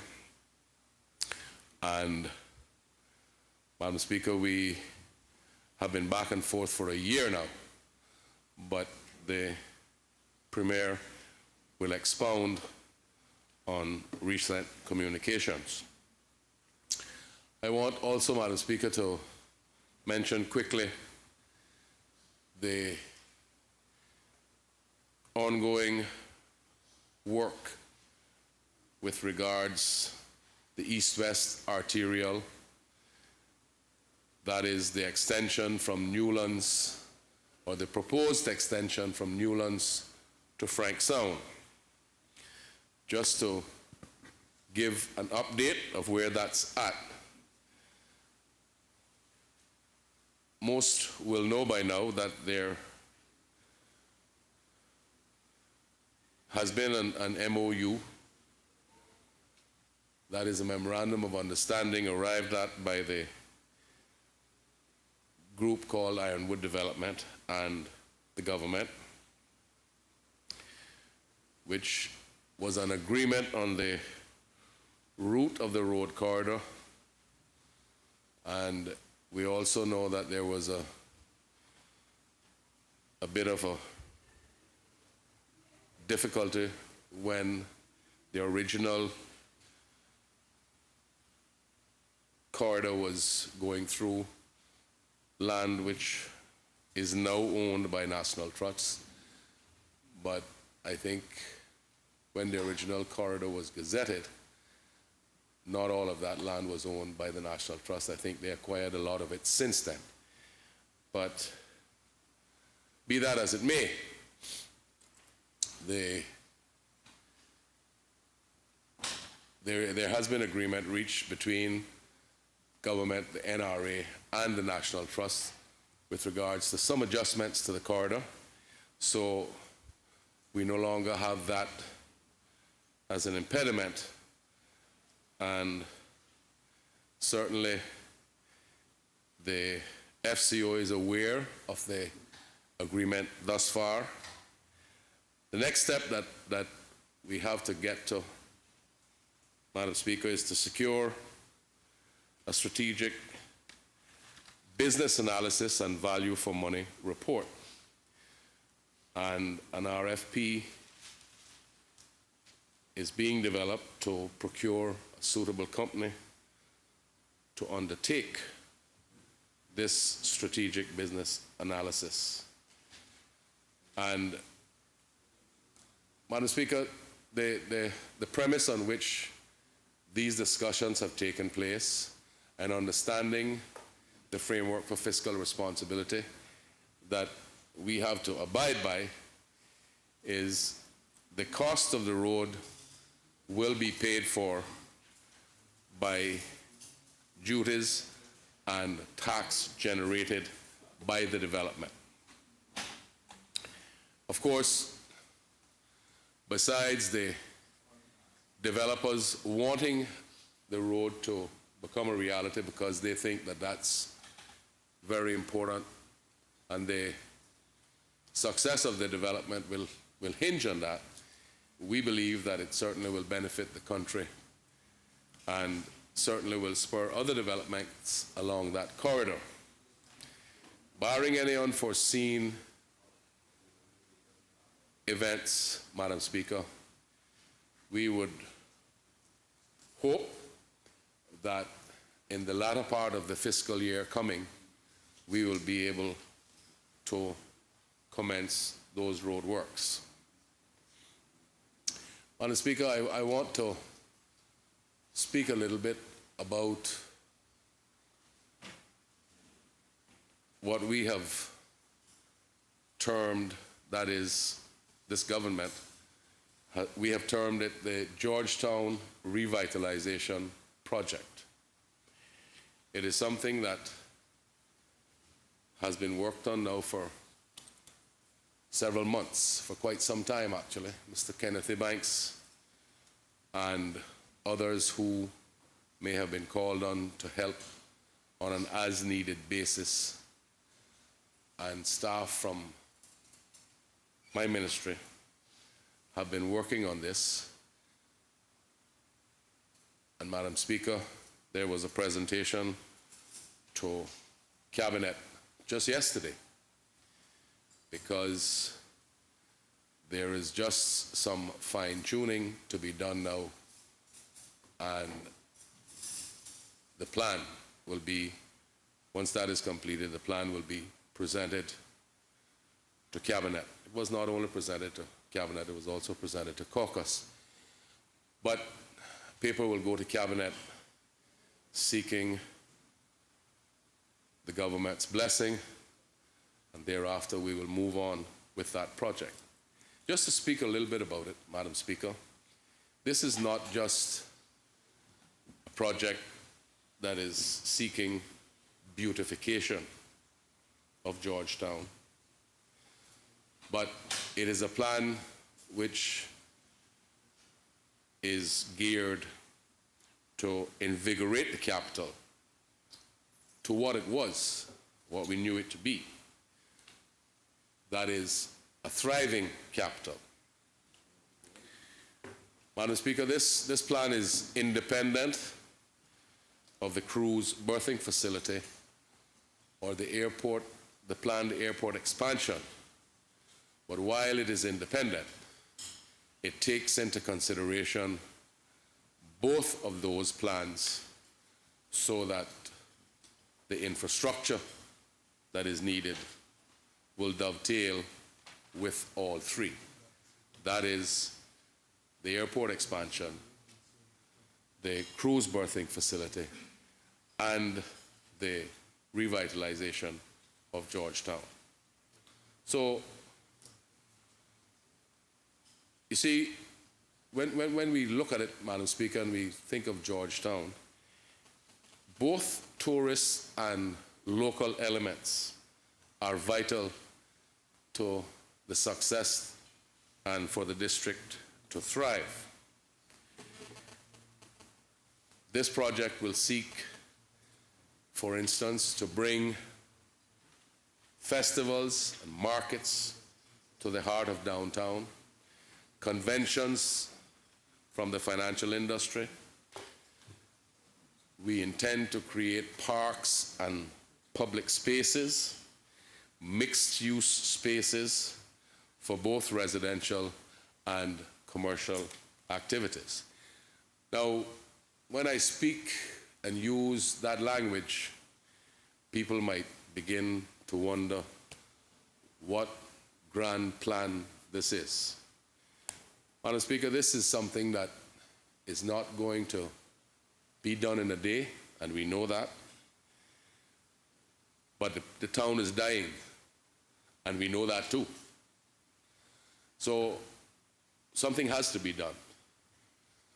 And we believe that this plan is viable and it is practical, although we know that it will take several years to complete. Most plans of this nature do take several years to complete. And Madam Speaker, it is no sense for us to try to make it be different, because the nature of it calls for a fairly extended period of time before it can be completed. And needless to say, Madam Speaker, and I will speak to that for a little bit, it will also have to include private sector, because this is not something that government has the resources on their own to be able to do. And besides that, you would want private sector involved, because much of the commercial activity, if not all of it, will be private sector activity. Madam Speaker, the area that we speak to, so that people don't get the wrong impression, the area that we're concentrating on for this revitalization is not what we know as the entire district, the electoral district of Georgetown. We are speaking central Georgetown, and we're probably talking about 1,000 acres, or somewhere in the vicinity perhaps of a couple of square miles. But as we know geographically, it will encompass from Godfrey Nixon Way and Eastern Avenue, west to North Church Street, which it will be in the general vicinity of what we now know as the Fish Shack, then south to Elgin Avenue, and then to South Church Street, somewhere in the vicinity of where we know as Eden Rock. So that's the geographical area that we're talking about. So we go from Eden Rock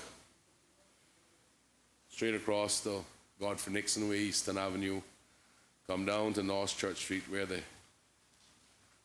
fish shack is, back up. That's the area that we're speaking to. Doesn't mean that as things begin to happen within that prescribed area that there won't be spillover activity. We expect that to happen, but that's the area that we're concentrating on.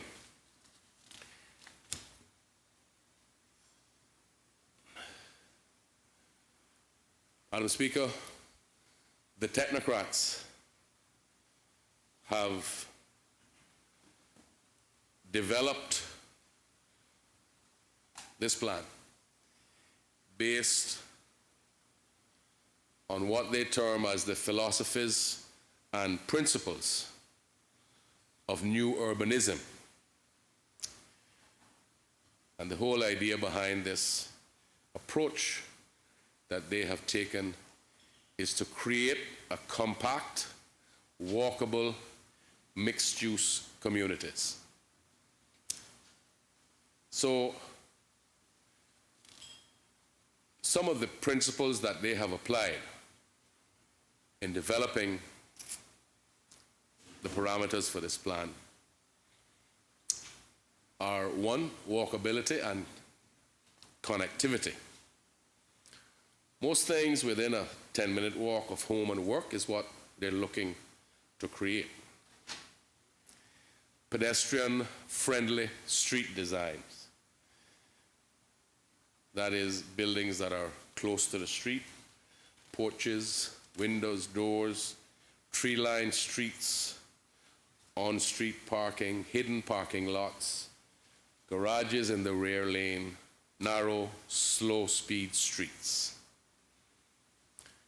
An interconnected street grid work which disperses traffic and eases walking.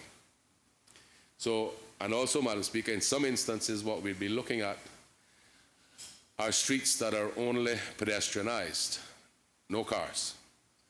So, when I talk like this, I know, because when I heard it first, it was seeming very far-fetched to me. It really was. But once everybody gets to understand it, and understands what the plan is, and understands that we all know it can't happen in a day, but if we head towards it, we can make it happen. It is something that's real, and it is perhaps the best way forward to achieve the revitalization of the downtown Georgetown. The plan, Madam Speaker, will also include a hierarchy of mixed use within that area. A mix of shops, offices, apartments, and homes within neighborhoods, within blocks, and within buildings. A diversity of people, ages, incomes, levels, cultures, and backgrounds.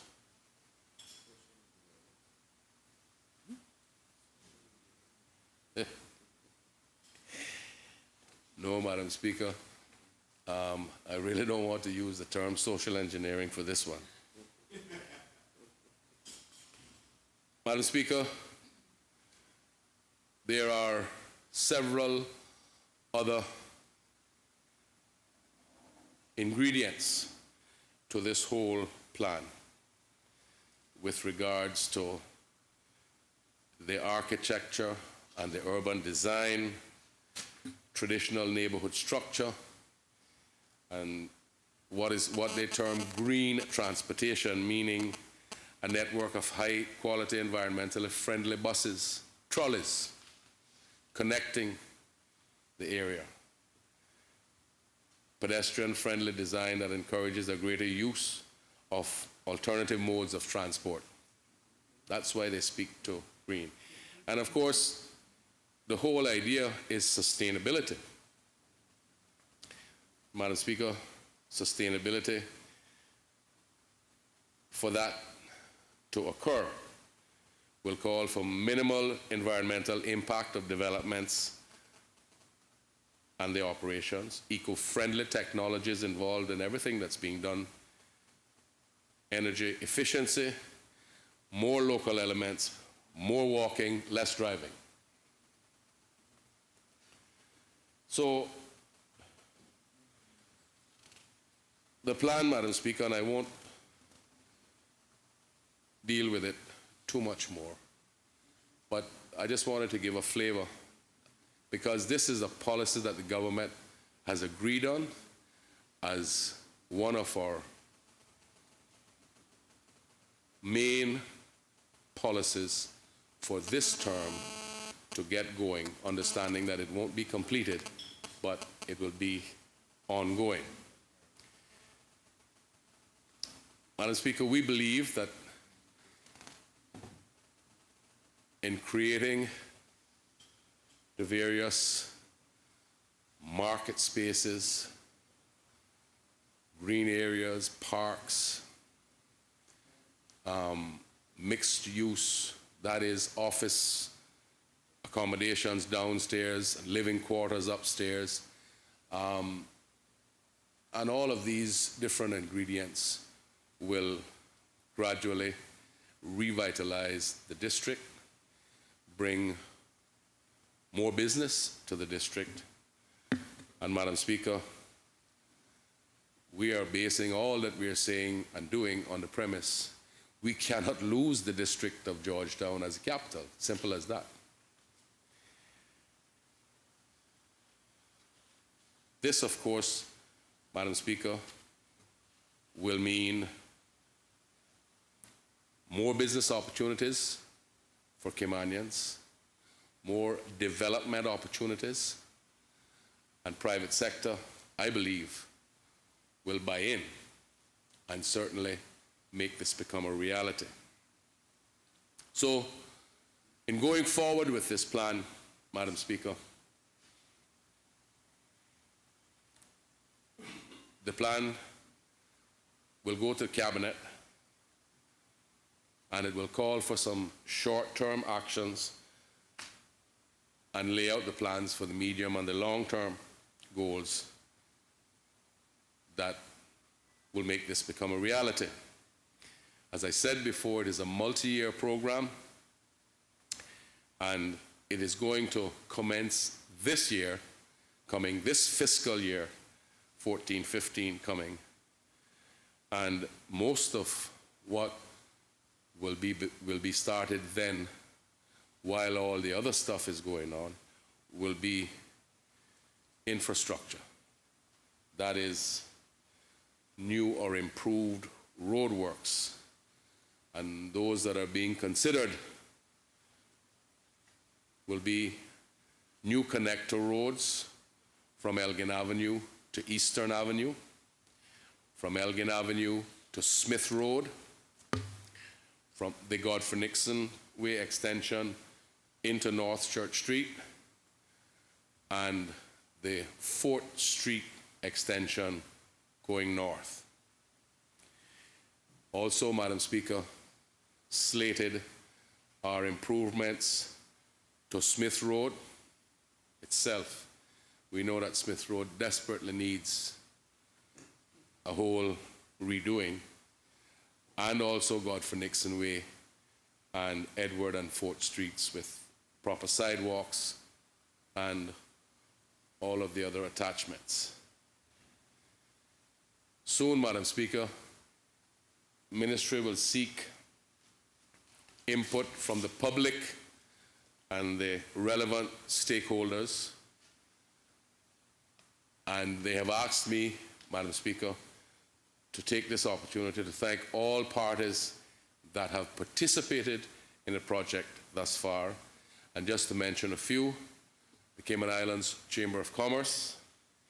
There's a young architect, Mr. Robert Johnson, who has volunteered his time and expertise to spearhead the Georgetown Boardwalk project, which is ongoing as we speak. And in fact, we just received correspondence from him a day or two ago saying that there are 2 other properties headed north who will engage in this boardwalk project, which is on the Iron Shore, creating boardwalks, that a continuing boardwalk where people can just simply walk and enjoy the scenery.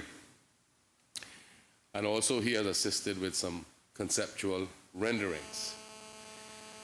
Also, Madam Speaker, we have another young Caymanian, Mr. James Whitaker, who is with strong support for a P3 arrangement on the revitalization, and certainly we will see how best all of the thoughts that are put together can be accommodated. So next step after going to Cabinet is there will be a committee set up to manage the development, and I foresee several subcommittees emanating from that main committee who will have responsibility for specific areas of the plan, moving it forward. And again, I want to reiterate that while it is a government-initiated project, it must be a public-private partnership for this to be successful. And the ministry will be publicly seeking interested developers to come forward with their ideas and financial support to bring this to fruition. Madam Speaker, I want to go on now and speak just for a little bit about the Department of Agriculture. The first thing, Madam Speaker, is I know that in recent times, and you will be familiar with this one, there has been great interest expressed in what was known as the Furtherland farmland in East End, which is government owned. And I have to tell you this, Madam Speaker, just after going back into government, I wondered why nothing had been done when we had talked about this for so long, about this project itself. And Madam Speaker, it is, I want to say this the correct way. I understand, because it is much more to this project than what would appear on the surface when it comes to how easy it is to make it all happen. We all know what the end result is that's desired. But nevertheless, Madam Speaker, we have taken the challenge on, and simply because we believe it is the right thing to do, and I'm sure that you will agree with me, because I know that your heart was there also to make it happen. But it involves a fair amount of time-consuming effort. The Cornegomez Doppler radar is there. So what is happening now is they're determining the area of land that has to be cordoned off to separate that, because that's plunked in the middle of the site, it's more than one parcel of land. And also, Madam Speaker, physically what has to happen, which they are just about ready to embark on, is all of those properties have to be surveyed with precise boundary surveys. That's the first thing. And that's not one day's work, because we're speaking in total some 282 acres of land. But that's not something that's insurmountable. It just takes a little bit of time. And of course, Madam Speaker, when the precise boundary survey is completed, we then have to turn around and survey off the various sections of it. So it's going to take some time. But what the Agriculture Department is actually doing right now, as we speak, is physically examining the land, because not all of it is very good arable land. Some of it is wet, some of it is cliff, some of it is mole pockets, and some of it is a mixture of all of the above. But you see, there are various uses which can still be called farming purposes.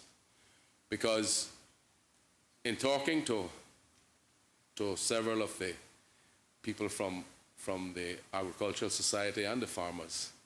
Some of the land that we would normally say can't be used, they believe firmly with just a little bit of work can be used for grazing land, for grassland, when you would normally just condemn it and say you can't plant. But of course, there's also a huge need nowadays for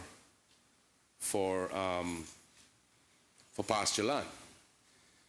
And that's because there has been a tremendous increase in cattle production because of local demand increasing, supermarkets being with a desire to, the larger cattle farmers are supplying each of the supermarkets to the point where they cannot keep up with the demand now.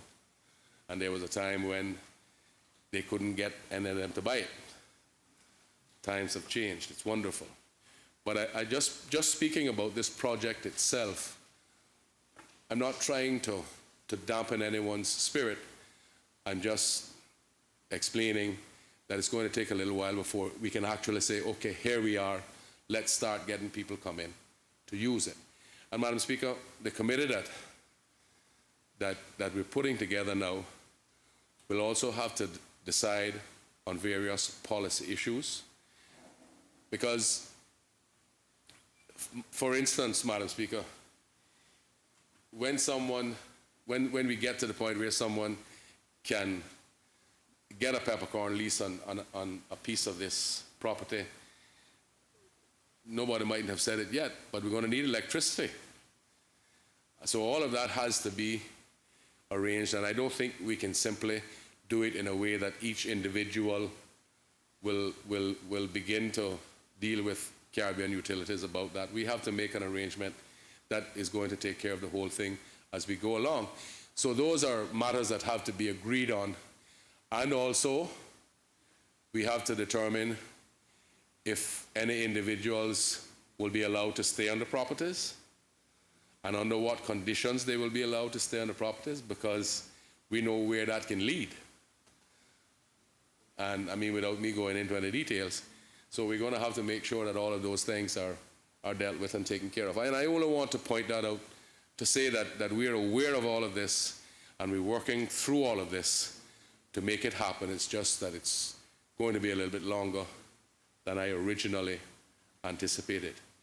But I think once we get to the point where we can begin to do that, I believe that there will be a fairly large amount of land that just about everybody who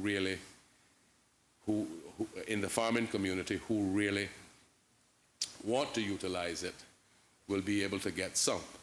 The other thing that I just want to take this opportunity to mention as I move on is I don't want people to build up their hopes now that I'm going to get a big 5-acre plot when I can only use 1 acre, because the truth of the matter is you don't want to have it like that, because you want to have as many people getting in the opportunity to use the land as you possibly can. So we have to be realistic about expectations and what we can actually use. So, Madam Speaker, that is ongoing, and I can only say to you that we are pressing as fast as we can to get the various tasks accomplished. Madam Speaker, since its inception some 6 years ago, the market at the grounds has proven to be a success, and it has had significant positive impacts on the growth and development of the agricultural sector, as well as on other local artisans. Now, where the old farmers' market is, or was, Madam Speaker, which is near the Smith Road Cricket Oval, some of the farmers have developed a plan to redevelop that site and Madam Speaker, that is going to create yet another avenue, which will be, the plan is to have that open all week instead of simply the Lower Valley sat there at the grounds. You have Camana Bay, which I think is on Wednesdays and maybe another day.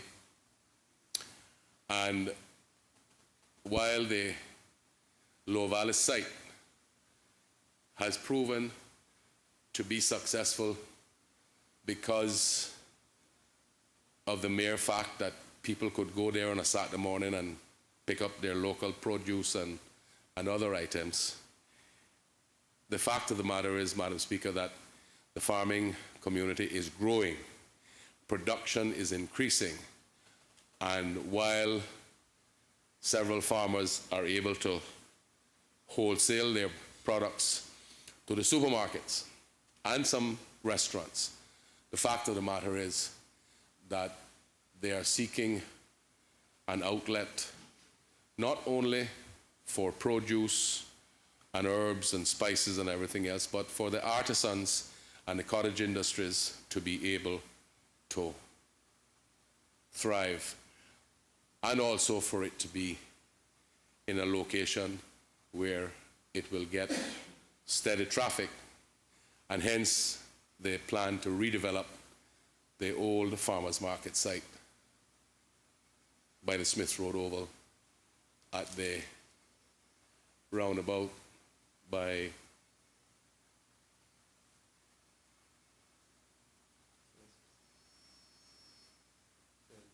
Thomas Russell Way. Forgive me. Senior moment there. Yeah, so once we can get that done, and plans have been approved, they're now in the process of seeking construction estimates, and the government is assisting, and we're also assisting for them to beg material. I think when that is over, there will be some 30 kiosks where people can have their own stalls, and it will be something that is not government run. They are going to operate it on their own. They'll have proper management in place, but the government is giving them the helping hand to help themselves. And I think that will make a difference because, Madam Speaker, that's all in the grand scheme of things when I speak about the Georgetown revitalization and we speak of the airport expansion and the cruise berthing facility. We expect that that will be one of the first stops for tours that will be heading to the eastern districts. So those are some of the plans which are unfolding. And Madam Speaker, I would be grateful. We'll now take the luncheon break and reconvene at 2 p.m. this afternoon.